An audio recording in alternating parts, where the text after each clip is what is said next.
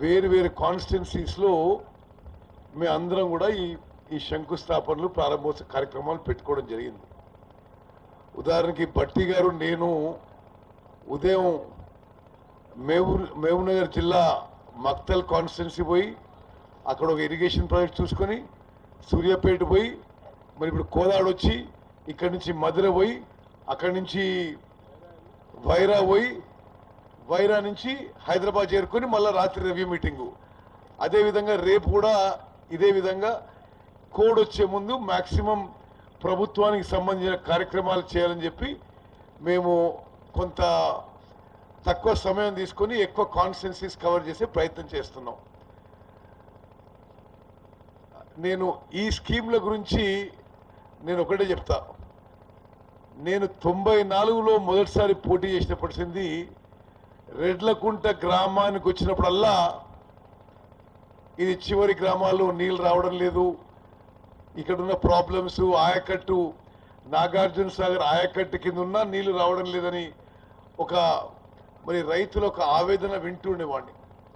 సరే ఎప్పుడు నేను అప్పటి నుంచి రెడ్లకుంటలో తప్పనిసరిగా ఎప్పుడైనా నాకు అవకాశం వస్తే తప్పనిసరిగా ఒక లిఫ్ట్ ఇరిగేషన్ స్కీమ్ ప్రయత్నం చేస్తా అని చెప్పినుంటి మరి అదృష్టవశాత్తు ఈసారి మరి మన ప్రభుత్వం వచ్చి నేనే ఇరిగేషన్ మంత్రి అయినా. మరి 47 కోట్ల రూపాయలతో రెడ్లకుంట గ్రామం చుట్టుపక్కల గ్రామాల్లో సుమారు 4,460 ఎకరాలు ఆయకట్టుకి ఈ స్కీమ్ మంజూరు చేయడం జరిగింది. మరి ఈరోజు మనం శంకుస్థాపన వేసుకోవడం జరిగింది. తప్పనిసరిగా ఇప్పుడు దీని కింద చెక్ డ్యామ్ కూడా ఉంది. రాజు గారు చెక్ డ్యామ్ మీరు శాంక్షన్ చేయించండి, నాకు పుటప్ చేయండి, అవసరం ఉంటే రేపు పుటప్ చేయండి. లేకపోతే వాగులో నీళ్ళు ఎట్లా అవుతాయి? ఇప్పుడు వాగులో స్టోరేజ్ కావాలంటే చెక్ డ్యామ్ కావాలి కదా, తప్పనిసరిగా ఇమ్మీడియట్గా అది కూడా దీనికి అది కూడా పని మొదలు పెట్టేసేయండి. సరే వాగు నుంచి నీళ్ళు తీసుకొని మరి రెడ్లకుంట ఈ చుట్టుపక్కల గ్రామాలకి పుష్కలంగా నీళ్ళు అందే విధంగా ఈ ప్రయత్నం అని చెప్పి మీకు మనవి చేస్తున్నాను. అదేవిధంగా శాంతినగర్ గ్రామంలో ఆనాడు వైఎస్ రాజశేఖర రెడ్డి గారు ముఖ్యమంత్రి ఉన్నప్పుడు 5,000 ఎకరాలకి ఆ రోజు లిఫ్ట్ ఇరిగేషన్ స్కీమ్ నిర్మాణం చేయడం జరిగింది. రకరకాల కారణాల వల్ల, అంతకుముందు ఉన్న వాళ్ళ నిర్లక్ష్యం వల్ల, లేకపోతే అవగాహన లోపం వల్ల, లేకపోతే అసమర్థత వల్ల ఆ పూర్తిగా స్కీమ్ మొత్తం పడవబడిపోయింది. మళ్ళీ ఆ స్కీమ్ని పూర్తి స్థాయిలో ఆ నీళ్లని పూర్తిగా ముందనుకున్నట్టుగా 5,000 ఎకరాలకి అందియడానికి ఇప్పుడు మళ్ళా అదే స్కీమ్కి పునరుద్ధరణకి 5,30,00,000 రూపాయలు మంజూరు చేయడం జరిగింది. దానికి కూడా ఈరోజు శంకుస్థాపన చేసుకోవడం జరిగింది. మరి దానికి దీనికి నేను లబ్ధి పొందే ఊర్ల విషయం కూడా మీకు మనవి చేస్తాను. ఇప్పుడు ఆ శాంతినగర్ లిఫ్ట్ ఇరిగేషన్ కింద గోండ్రియాల, కొత్తగూడెం, బొచ్చగూడెం తండా, మొగలై కోట, శాంతినగర్, తమ్మరబండపాలెం, అన్నారం, చిమిర్యాల, లక్కారం, నల్లబండగూడెం ఆ ఊర్లకి ఆ లిఫ్ట్ నుంచి నీళ్లు వస్తాయి. ఇప్పుడు ఈ రెడ్లకుంట లిఫ్ట్ నుంచి నల్లబండగూడెం, రెడ్లకుంట, కాపుగల్ నుంచి కూడా నీళ్లు రావడం జరుగుతుంది. సరే మరి కోదాడ కాన్స్టిట్యున్సీలో ఉన్న తతిమ్మ లిఫ్ట్లు అన్నీ కూడా 100% సామర్థ్యంతో నడిచే విధంగా పనులు చేపడతామని చెప్పి నేను సభాముఖంగా హామీ ఇస్తున్నా. సి గారు మీరు ఇక్కడ ఎస్సీ గారు నరసింహ గారు దయచేసి కోదాడు కాన్స్టిట్యున్సీలో అన్ని లిఫ్ట్ ఇరిగేషన్ స్కీమ్స్ 100% కెపాసిటీ మీద నడవాలి. దానికి మీకు ఏమేం కావాలనో చెప్పండి, తప్పనిసరిగా అది మంజూరు చేస్తా అని చెప్పి నేను మనవి చేస్తున్నా. అదేవిధంగా ఈ మధ్య కాలంలో మన పోయిన విజిట్లో మరి హెల్త్ మినిస్టర్, ఆరోగ్య శాఖ మంత్రివర్యులు దామోదర్ రాజనరసింహ తీసుకొచ్చి 100 పడకల హాస్పిటల్ 26 కోట్ల రూపాయలతో మంజూరు చేయడం జరిగింది. ఆ పనులు కూడా 1 సంవత్సరంలో పూర్తి చేస్తాం. అదేవిధంగా ఇప్పుడున్న చిన్న హాస్పిటల్కి సిటీ 2.5 కోట్ల రూపాయలతో సిటీ స్కాన్ మెషిన్ కూడా మంజూరు చేయించడం జరిగింది. మరి ఈరోజు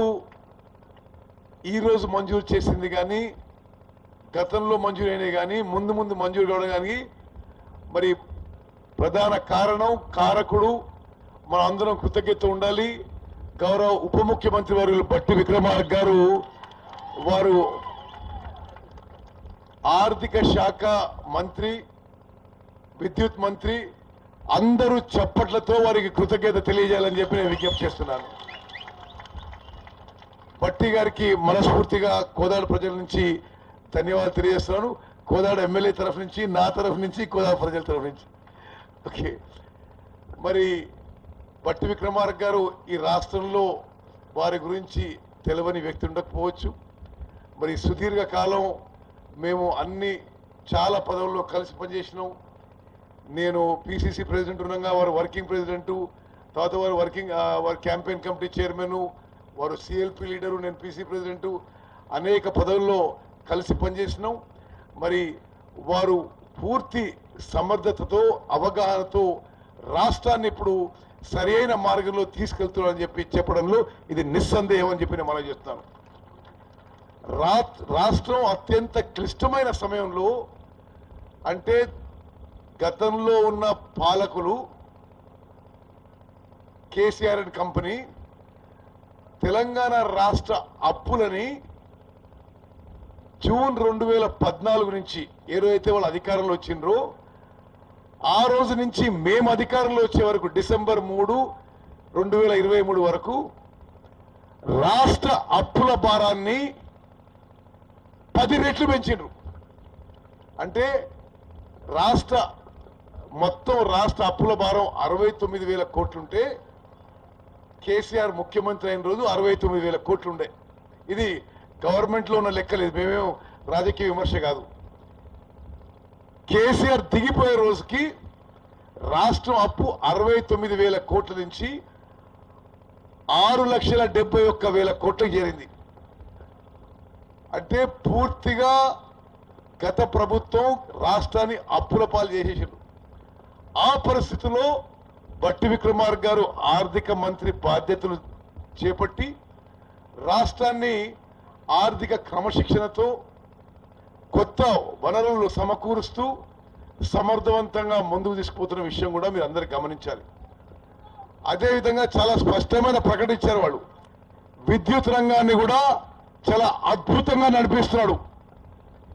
చాలా స్పష్టమైన ప్రకటన ఇచ్చిండ్రు. మేము ఇండ్లకి ఇతర అవసరాలకి 24 గంటల కరెంట్ ఇస్తున్నాము. ఎక్కడన్నా కరెంటు ట్రిప్ అయితే అక్కడ అధికారులని వెంటనే సస్పెండ్ చేస్తాము. ప్రభుత్వం తరఫు నుంచి 24 గంటలు కరెంట్ ఇస్తున్న విషయం బట్టి గారు చాలా క్లారిటీతో చెప్పారు.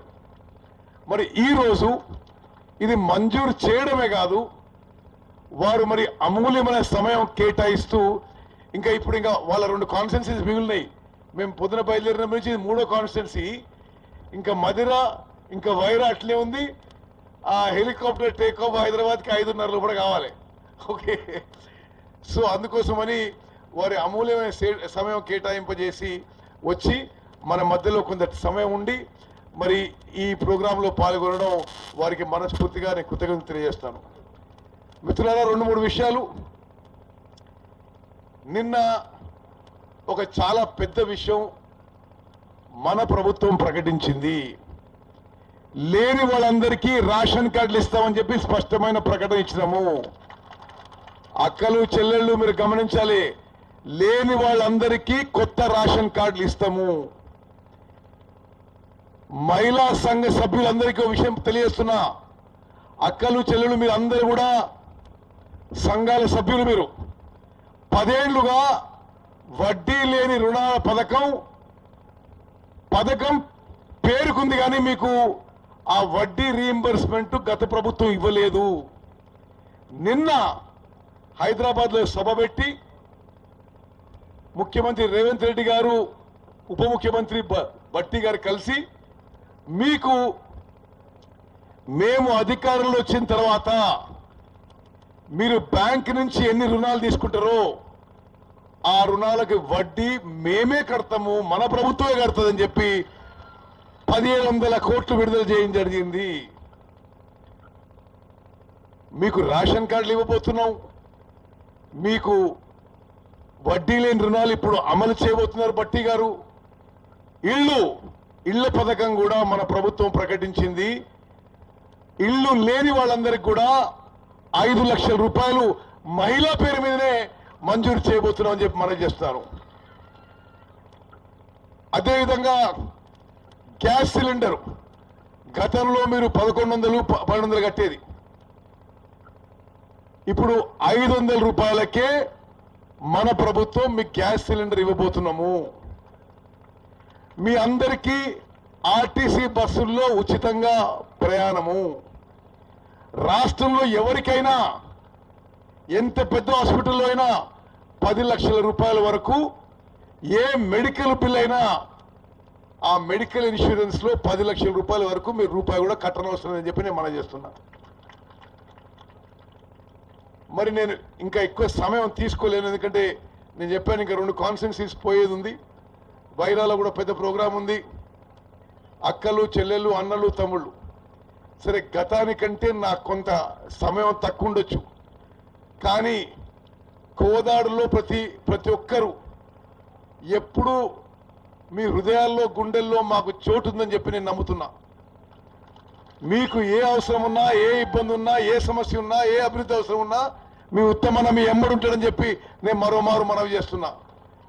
మరి పద్మావతి గారు కాంగ్రెస్ అభ్యర్థిగా మీ అందరి కృషితో రాష్ట్రంలోనే కాంగ్రెస్ పార్టీ అభ్యర్థుల్లో పోలింగ్ పర్సంటేజ్లో హైయెస్ట్ పర్సంటేజ్తో గెలవడం, అది మీ అందరికీ మరోమారు నేను కృతజ్ఞత తెలియజేస్తున్నా.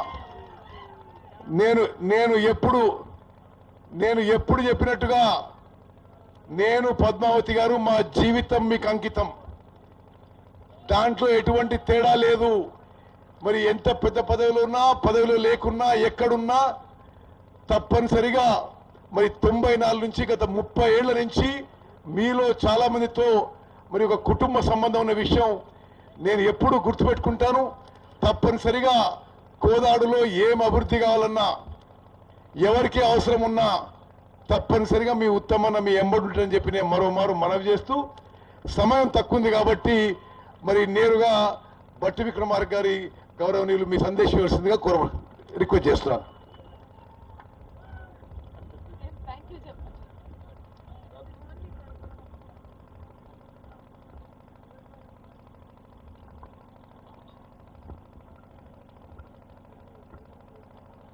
సభాధ్యక్షురాలు,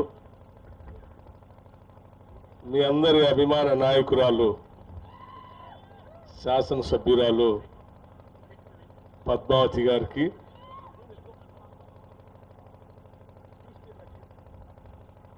భారీ నీటిపారుదలతో పాటు పౌర సరఫరాల శాఖ మార్చులు, సుదీర్ఘకాలం రాష్ట్ర కాంగ్రెస్ కమిటీ అధ్యక్షులుగా పనిచేసినటువంటి శ్రీ ఉత్తమ్ కుమార్ రెడ్డి గారికి, అట్లాగే మాజీ శాసనసభ్యులు చంద్రరావు గారికి, మున్సిపల్ చైర్మన్ ప్రమీల గారికి, అందరు ఎంపీపీలకి, జెడ్పీటీసీలకి, లక్ష్మీనారాయణ రెడ్డి గారికి, ఎర్నేని బాబు గారికి, వంగవీటి రామారావు గారికి, పాండురంగారావు గారికి, పారా సీతయ్య గారికి, మరియు అన్ని మండల కాంగ్రెస్ కమిటీ అధ్యక్షులకి, అనుబంధ సంఘాల అధ్యక్షులకి, ఈ కార్యక్రమంలో పాలు పంచుకోవటానికి ఇక్కడ విచ్చేసినటువంటి రైతు సోదరులకి, మహిళా సోదరిమణులకి, పాత్రికేయ మిత్రులకి, మీ అందరికి కూడా ముందుగా నా హృదయపూర్వకమైనటువంటి నమస్కారాలు. ఈనాటి ఈ కార్యక్రమం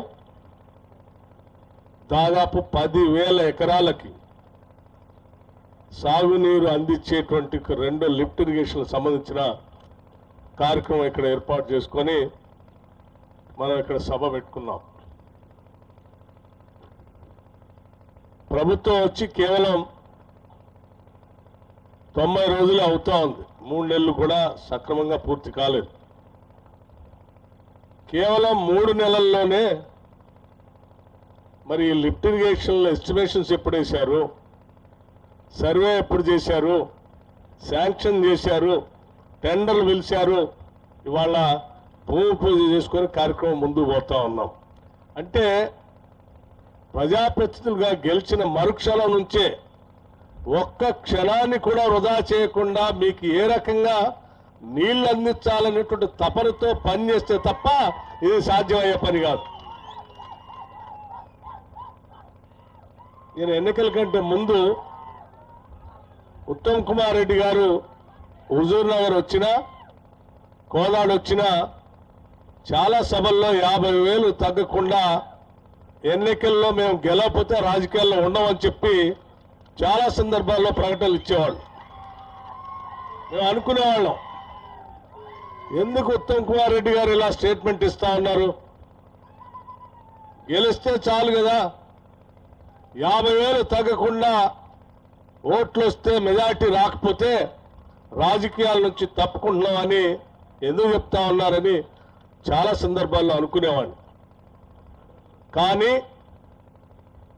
ఈ మధ్య అర్థమైంది, వారు నిత్యం నిరంతరం ఈ 2 నియోజకవర్గ ప్రజలతో మమేకమై వారు చేసిన పని విధానం కానీ, ఇక్కడ ఉన్నటువంటి ప్రజల అభిమానం పైన కానీ వారికి ఉన్నటువంటి అపారమైన నమ్మకం, వారు చేసిన పని తప్పనిసరిగా 50,000 పైబడి గెలిపిస్తుందనే గాఢమైన నమ్మకం ఉంటే తప్ప అంత ధైర్యం చేసేటువంటి పరిస్థితి ఏ నాయకుడికి ఉండదు. వారు చెప్పినట్టుగానే 56,000 పైబడి కోదాడ శాసనసభ నియోజకవర్గం 58,000 పైబడి మెజార్టీతో గెలవటం అంటే అది మొన్నటి ఎన్నికల్లో మళ్ళీ మేమే వస్తామని బీరాలు పలుకుతున్నటువంటి టీఆర్ఎస్ ప్రభుత్వ హయాంలో 58,000 పైబడి మెజారిటీ. ఈసారి అయితే బహుశా అది దాటిపోతాం, ఎందుకంటే వాళ్ళు మిగలలేదు కాబట్టి మొత్తం ఇటే పడతారు. బహుశా రాష్ట్రంలోనే ఇప్పుడు కూడా అత్యంత మెజార్టీతో గెలిచిన సీట్ అనుకుంటా. అంత పనితనం, నమ్మకం, అభిమానం, అనుక్షణం నన్ను నమ్ముకున్న ప్రజలకు ఏదో చేయాలనేటువంటి తపన ఉంటే తప్ప అంత ధైర్యంగా ఎవరు స్టేట్మెంట్ చేయలేరు. ఇప్పుడు చూస్తా ఉంటే కేవలం 90 రోజుల్లో 10,000 ఎకరాలకి పనికొచ్చే లిఫ్ట్ ఇరిగేషన్ శాంక్షన్ చేసి భూమి పూజ చేసి పని ప్రారంభిస్తున్నారంటే ఇటువంటి కార్యక్రమాలు ఎన్నో చేస్తే తప్ప వారికి అంత ధైర్యం అని నమ్మకం రాదు. అందుకే చాలామంది ప్రజా జీవితంలో ఉన్నటువంటి వాళ్ళు వారిని చూసి నేర్చుకోవాల్సింది చాలా ఉందని ఈ సందర్భంగా సభాముఖంగా మీ అందరికీ నేను తెలియజేస్తాను. రెడ్లకుంట మేజర్కి సంబంధించి దాదాపు 20,000 పైబడి ఇక్కడ నీళ్లు అందించడానికి అవకాశం ఉంటే, తేలేరులో ఉన్నటువంటి రెడ్లకుంట మిగతా గ్రామాలకు సంబంధించి ఎప్పుడు ఇక్కడ నల్లబండగూడెం, కాపుగోళ్ళు గ్రామాలకు సంబంధించి ఎప్పుడు నీళ్లు రాక ఎండిపోతా ఉంటే దీనికి ఏదో రకంగా ఒక లిఫ్ట్ ఇరిగేషన్ తేవాలని చెప్పి అడిగిన ప్రతి సందర్భంలో పద్మావతి రెడ్డి గారు కానీ, ఉత్తమ్ రెడ్డి గారు కానీ ఆలోచన చేసి అవకాశం వచ్చిందే తడుగా, అదృష్టం కొద్దీ వారే భారీ నీటిపారుదల శాఖ వచ్చు వెంటనే ముందు నన్ను ఎప్పటి నుంచి అడుగుతా ఉన్నారు ప్రజలు ఇది చేయాలని చెప్పేసి ఈరోజు చేసి చాలా సంతోషపడతా ఉన్నారు. నాకు తెలిసి రైతులు నీళ్లు రాబోయేటువంటి ఈ ప్రాజెక్టు గురించి మీరు ఎంత ఆనందపడుతున్నారో నాకు తెలియదు, కానీ మీరు ఆనందపడాలని చేసే పని చేసి వాళ్ళు ఎక్కువ ఆనందపడతా ఉన్నారు ఇవాళ.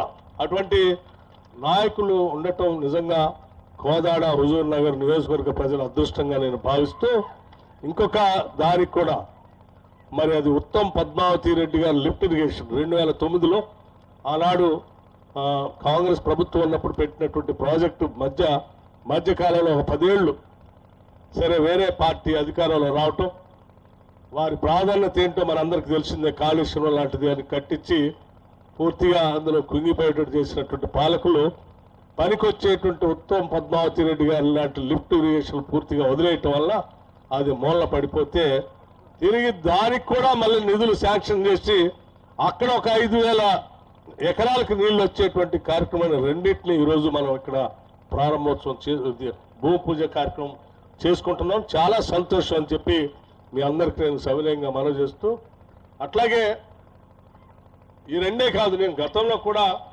చాలా సందర్భాల్లో చాలా గ్రామాల్లో లిఫ్ట్ ఇరిగేషన్ కార్యక్రమం ప్రాజెక్టుకి నేను వచ్చాను కూడా, ఈ నియోజకవర్గంలో పార్టిసిపేట్ చేశాను. సహజంగా పాలకులు కానీ ప్రభుత్వాలు కానీ ఎప్పుడు గెలిచిన తర్వాత గెలవక ముందు ఇచ్చేటువంటి హామీలు ఒక రకంగా ఉంటాయి, గెలిచిన తర్వాత ప్రజలు వదిలేసి తన పనిలో తల ఉంటారు. కానీ ఈనాటి మన కాంగ్రెస్ ప్రభుత్వం, మన నాయకత్వం, మంత్రివర్గంలో ఉన్నటువంటి సహచర మంత్రులు అందరూ కూడా, శాసనసభ్యులు కూడా గెలిచిన మరుక్షణం నుంచి మనం ఏమేమి హామీలు ఇచ్చిన హామీలను ఏ రకంగా అమలు చేయాలన్నటువంటి తపనతో ముందుకు పోతున్నటువంటి ఇందిరమ రాజ్యాన్ని ఈరోజు మనం చూస్తా ఉన్నాం. ఆ తపన ఉన్నది కాబట్టే కేవలం 90 రోజులు కూడా పూర్తి కాకముందే మేము ప్రమాణ స్వీకారం చేసిన 10 నిమిషాల్లోనే మేమిచ్చిన మాట ప్రకారం మహిళలందరికీ ఉచితంగా ఆర్టీసీ బస్సులో ఉచిత ప్రయాణం చేపిస్తామంటే 10 నిమిషాల్లో వచ్చి ప్రారంభోత్సవం చేశాం. దాదాపు రోజుకి 2 కోట్ల రూపాయలు దానికోసం మేము ప్రభుత్వం చెల్లిస్తా ఉన్నాం. దాంతోపాటు ఇప్పుడు వారు చెప్పినట్టు వైద్య ఆరోగ్య ఖర్చుల కోసం రాజీవ్ ఆరోగ్యశ్రీ కింద 10 లక్షల రూపాయల పథకాన్ని అదే రోజు మేము ప్రమాణ స్వీకారం చేసిన అరగంటలో కార్యక్రమాన్ని ఇచ్చాం. అలాగే మీ అందరికీ తెలిసిందే, వారు పౌర సరఫరా శాఖ మంత్రులుగా కూడా ఉన్నారు. మహిళలందరికీ, రాష్ట్రంలో ఉన్న ప్రజలందరికీ, అర్హత కలిగినటువంటి వాళ్ళందరికీ కేవలం 500 రూపాయలకే గ్యాస్ సిలిండర్ ఇస్తామని చెప్పాం. ఇచ్చి ఈరోజు మీ అందరికి కూడా రాష్ట్రంలో అందిస్తా ఉన్నాం. అది రాష్ట్ర ప్రభుత్వం యొక్క నమ్మకం, చెప్పిన మాటను చేస్తామని చెప్పేటువంటి ఉదాహరణ. అట్లాగే మీ అందరికీ తెలుసు, నిన్న మేము కేబినెట్ సమావేశం జరిగింది. కేబినెట్ సమావేశంలో ఒక ప్రత్యేకంగా ఒక కార్యాచరణ తీసుకొని ఈ రాష్ట్రంలో అనేక మంది గత 10 సంవత్సరాలుగా రేషన్ కార్డులు లేక అల్లాడిపోతా ఉన్నారు, కొత్తగా పెళ్ళైనటువంటి కుటుంబాలు. అటువంటి వారందరి కోసం కొత్తగా మళ్ళీ రేషన్ కార్డులు ఈ రాష్ట్రంలో ఉన్న ప్రజలకి, అర్హత కలిగినటువంటి వాళ్ళకి ఇవ్వాలని చెప్పేటువంటి నిర్ణయం నిన్న కేబినెట్ సమావేశంలో కాంగ్రెస్ ప్రభుత్వం తీసుకున్నదని చెప్పడానికి కూడా నేను చాలా సంతోషిస్తా ఉన్నాను. మీ అందరికీ మంచి రోజులు త్వరలోనే ఆ డేట్ కూడా అనౌన్స్ చేయబోతా ఉన్నాం. అట్లాగే మీ అందరికీ తెలిసిందే, మనం అనాదిగా ఎదురు చూస్తూ ఉన్నాం. పేదలు మరీ ముఖ్యంగా ఇల్లు లేక బాధపడుతున్నటువంటి వాళ్ళందరికీ ప్రతి శాసనసభ నియోజకవర్గంలో 3,500 ఇళ్ళు, ఒక్కొక్క ఇంటికి 5 లక్షల లెక్క మనం ఆల్రెడీ శ్రీ సీతారామచంద్ర స్వామి వారి సన్నిధిలో రాష్ట్ర ప్రజల కోసం లాంఛనంగా మనం లాంచ్ చేశాం.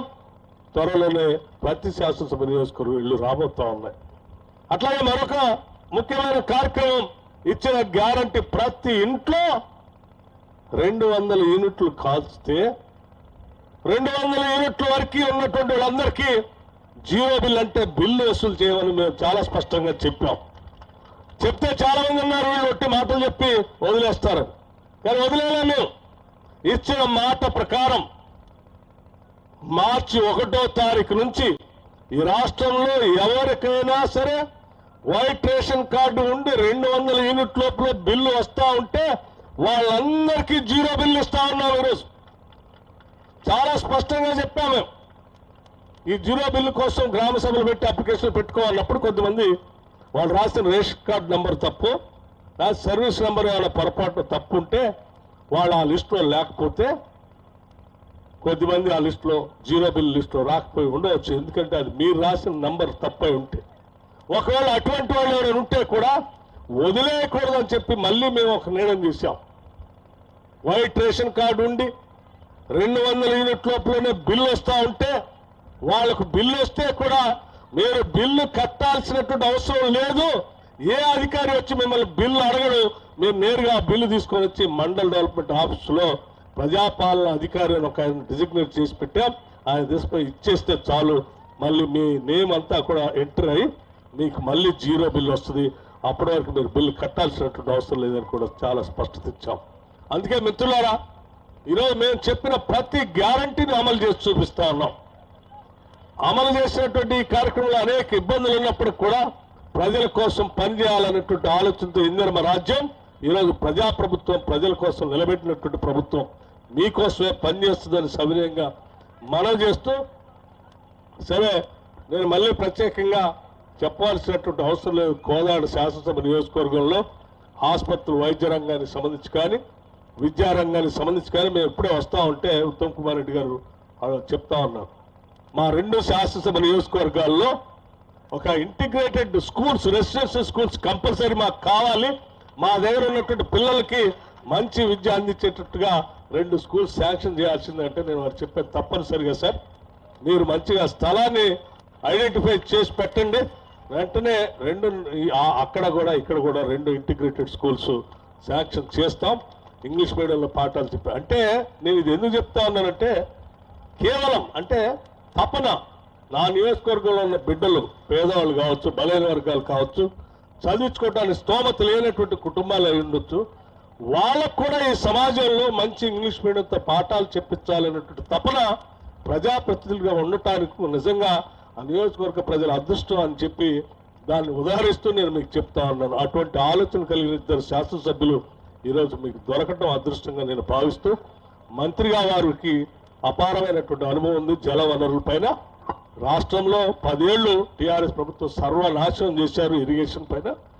దాన్ని పూర్తిగా అవగాహన చేసి ఈ రాష్ట్రంలో ఉన్న ప్రతి బీడు భూమికి నీళ్లు పారిచ్చే దానికోసం వారు తప్పిస్తా ఉన్నారు. తప్పనిసరిగా వారి ఆలోచన, కార్యాచరణ, ప్రణాళిక విజయవంతం కావాలని నేను మనస్ఫూర్తిగా కోరుకుంటూ, ఏ రకంగా అయితే రెడ్లకుంట్ల ఈ గ్రామంలో ఉన్న ప్రతి ఎకరానికి నీళ్లు ఇవ్వటానికి 3 నెలల్లోనే తప్పించి నీళ్లు ఇచ్చారో, రాష్ట్రంలో ఉన్నటువంటి ప్రతి ఎకరానికి కూడా అలా ఇవ్వాలని చెప్పి వారు ఆలోచన చేస్తూ ఉన్నారు. అది విజయవంతం కావాలని, వారి కళ నిజం కావాలని నేను మనస్ఫూర్తిగా కోరుకుంటూ సెలవు తీసుకున్నాను.